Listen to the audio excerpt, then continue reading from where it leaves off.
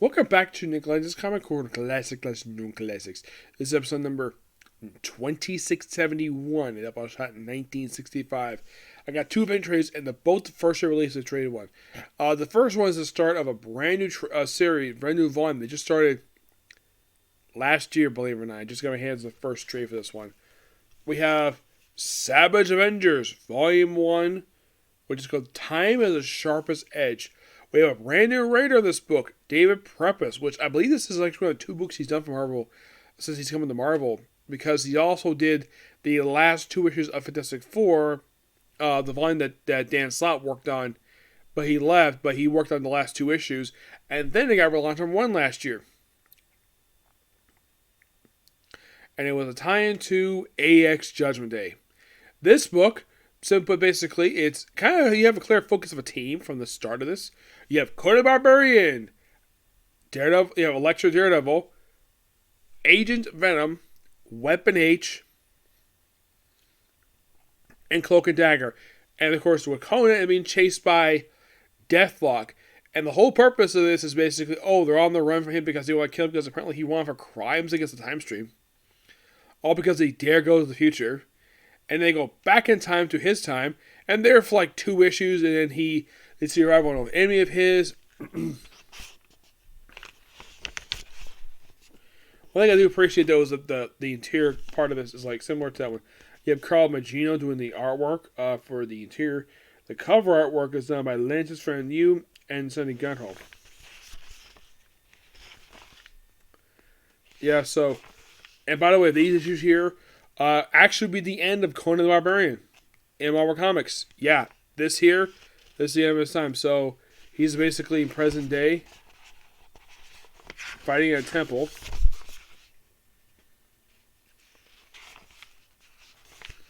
Yep. Of course, they work with Cloak and Dagger.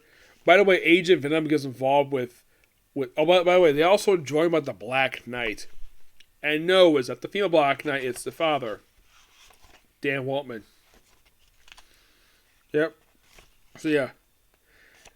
Fall into the time stream, and then at the end of issue 1, they end up in the Hybrid Age. Yep.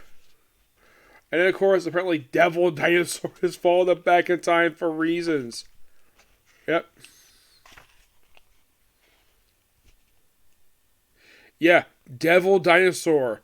I'm like, okay.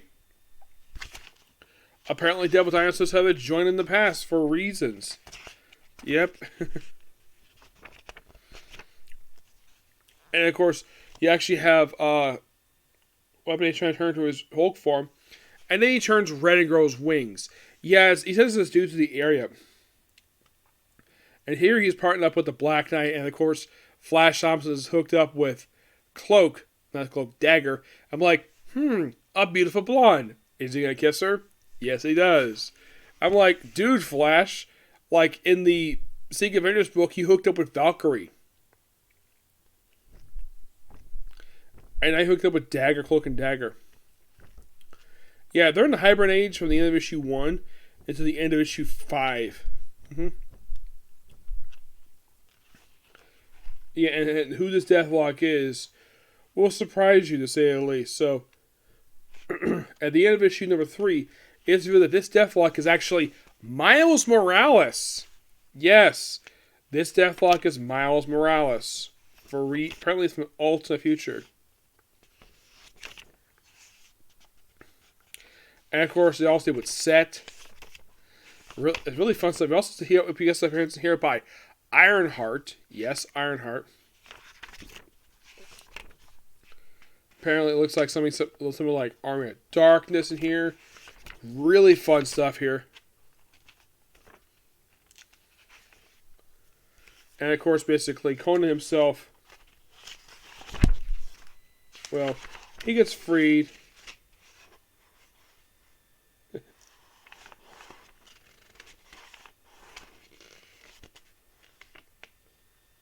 And Conan sees his life flash before his eyes. And apparently see him like in the future with like like the Avengers symbol in the background, which is so awesome.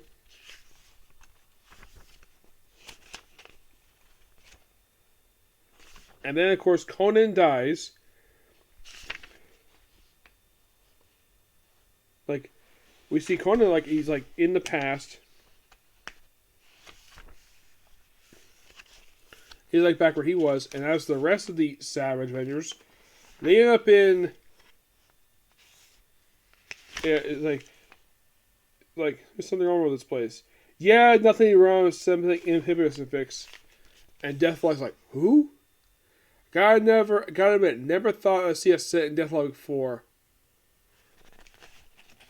And of course, we see the return of Jake Gallows, the 2099 Punisher.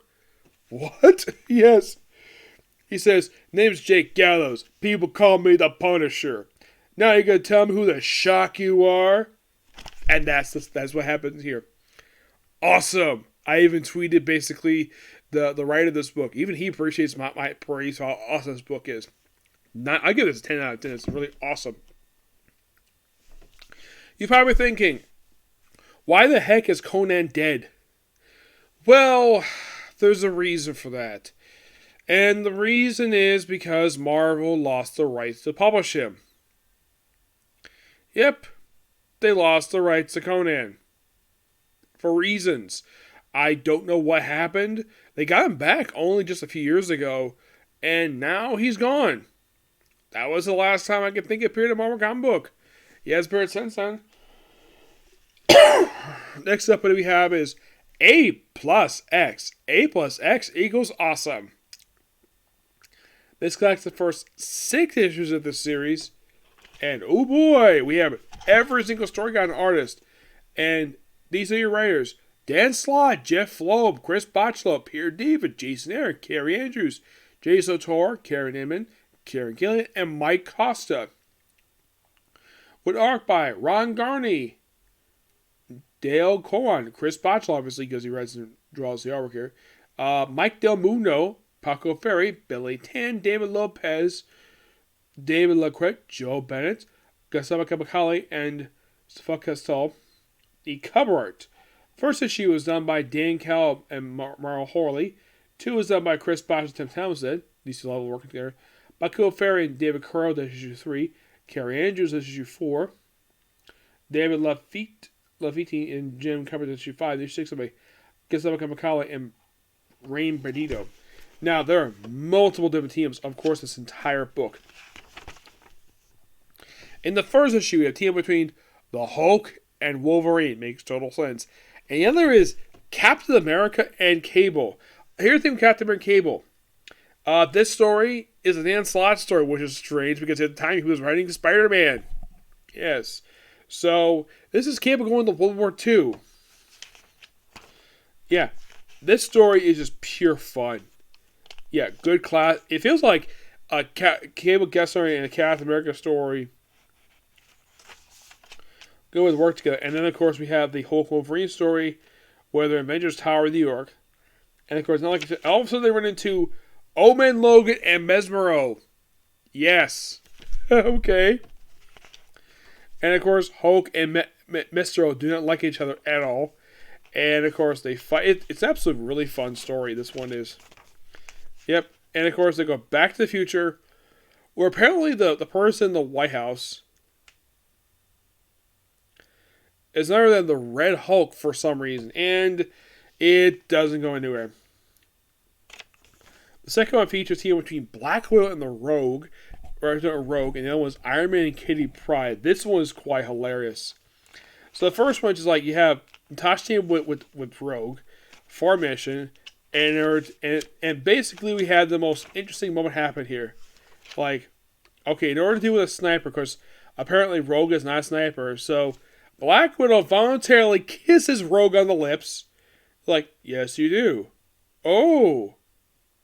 And she's like, good kisser. Spy secrets. Wow. You handed her focus. I would be surprised about who she... Like, okay. Takes a shot at the guy, and of course they go to a hair salon. And of course they just talk it off, and of course they drop their phones in the same bathroom and massage their feet. And that's it for that one. The Kitty Pryde and Tony Stark one is basically just Kitty Pryde paid visit to Stark Reliance with Pepper Potts, the story. Because of course. Now, this was, of course, 2012, and you're probably thinking, that's what here's the thing. Iron Man story, because I believe Karen Gillan was writing the book at the time this book came out. Did you write the story? No, this is by Peter David. This always weird stuff with his armor. And, like, it basically involves a team behind the freaking Brood. Though I thought it was kind of weird with this perspective armor. Like, Kitty Pryde draw like she's Kamala Khan, the subject at the time this book came out. She debuted for another 2 years. Here she's drawing Kamala Khan. Yep. And then, of course, basically, like, after, the Brood, like, and you're like, oh, you phase to security, phase all short about security. Yep, it just happens. My electrical system, if you worry it, it's wicked painful. So for me, having here be like a Superman, have a piece of kryptonite around. Yeah, I'll let myself out. Good idea. We'll go have some coffee sometime. Sounds swell. Yep, which is so awesome. Next one features now. Here's something you might find kind of irritating to say the least. We have Black Widow Storm story written by Jason Aaron, the same guy who actually wrote the very issue these two got divorced. Yep. And the next one, and the other one features Hawkeye and Gambit, which seems like a very strange duo. Yeah, and here's the thing about this artist. Black Widow's are really good, but when they get to Storm, like, oh my gosh, it's like they made her really muscular. Like, it's like she put on like 10 pounds of muscle. I mean, yeah, she's already a beautiful woman, but does she need to be a freaking bodybuilder? It shows the fact, this is probably before they got divorced, presumably, because they're no longer married now. And your story features Hawkeye and Gambit taking on some strange alien, which seems odd. And by the way, Hawkeye sports an outfit that was actually, I believe his own solo book had just started at this point in time. Matt Fraction, and I believe Gambit got booked too. There's something review in the future. But this, okay story. Now, the other one features, get this. The opening story for the next one is The Beast and Amazing Spider-Man, written by Carrie Andrews, which neither of these two guys read the book at the time. And you have the other story, which is Captain America and Quentin McIntyre, and that's written by Jason Latour. Now, you're probably thinking, Quentin McIntyre, what book was he featured at this point in time? He was in Wolverine the X-Men. That it makes sense to Jason Latour write it, but Carrie Andrews? I don't remember him doing any Amazing Spider-Man books. The team of two is actually a really good idea because these two always work together really well. And here's the thing. Spider-Man is actually one of those superheroes that actually Beast has never had a problem with. Nope. They get along really well. It's a great team up story for two of them. It's a shame these two never had a team book. Quentin was hired, basically, his chemistry with Cap feels like it's forced. It's like he just has to be there because Wolverine says he has to be there. And I'll play this thing on freaking MODOK. Yep, and the next one features, get this, Iron Fist and Dupe, and this is by Karen Immonen. I believe Karen Immonen, I think it was one of the person working on All New X at this point in time. Karen Gillan, who worked on Loki. Here's the thing, Karen Gillan has wrote a Loki book before. He wrote During the Mystery, so it kind of makes sense. I believe at the time that his run for During the Mystery at Joe was just wrapping up at this point that this issue came out. I think it makes sense. That seems like a very interesting idea. Now, they just seem to deal with some minor threat, but still fun stuff for that one. By the way, Loki here, it's Kid Loki. So, of course, Karen Gillan is here. It probably is here basically a bit based upon our writing requirements. Shockingly, this issue was actually not collected in the During the Mystery stuff. Now, next one, get this. You have Captain Marvel and Wolverine. In the Spirit Day one. You also have The Thing and Gambit written by Mike Costa. Now, Peter David does have history writing Captain Marvel. The Genville Captain Marvel, that is. Wolverine, I believe, has a little bit of history writing him, so at least you have somebody who actually has written both characters, like both of them once before. But in the case of Carol, I think he may have written once before, I'm not sure. Yeah, basically the whole thing is that these two are just playing cards the whole issue. You have Hawkeye and Spider-Woman, which these are supposed to be a couple at this point in time, and they broke up during Infinity.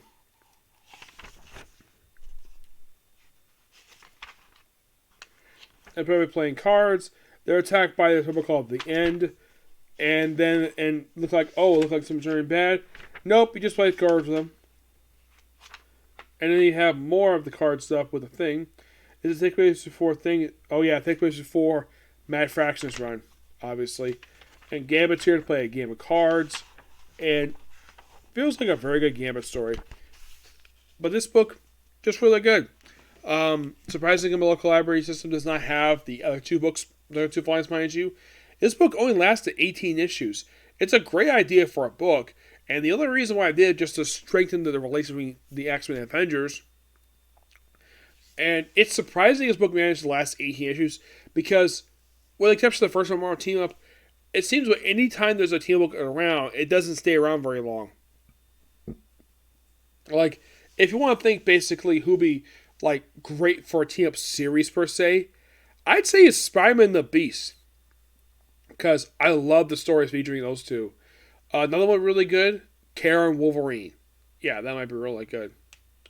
Yep, but not much to say about these two books, but really good. Okay, so that's it. Of you. Next one's going to be Case Closed. Okay, next video. Bye.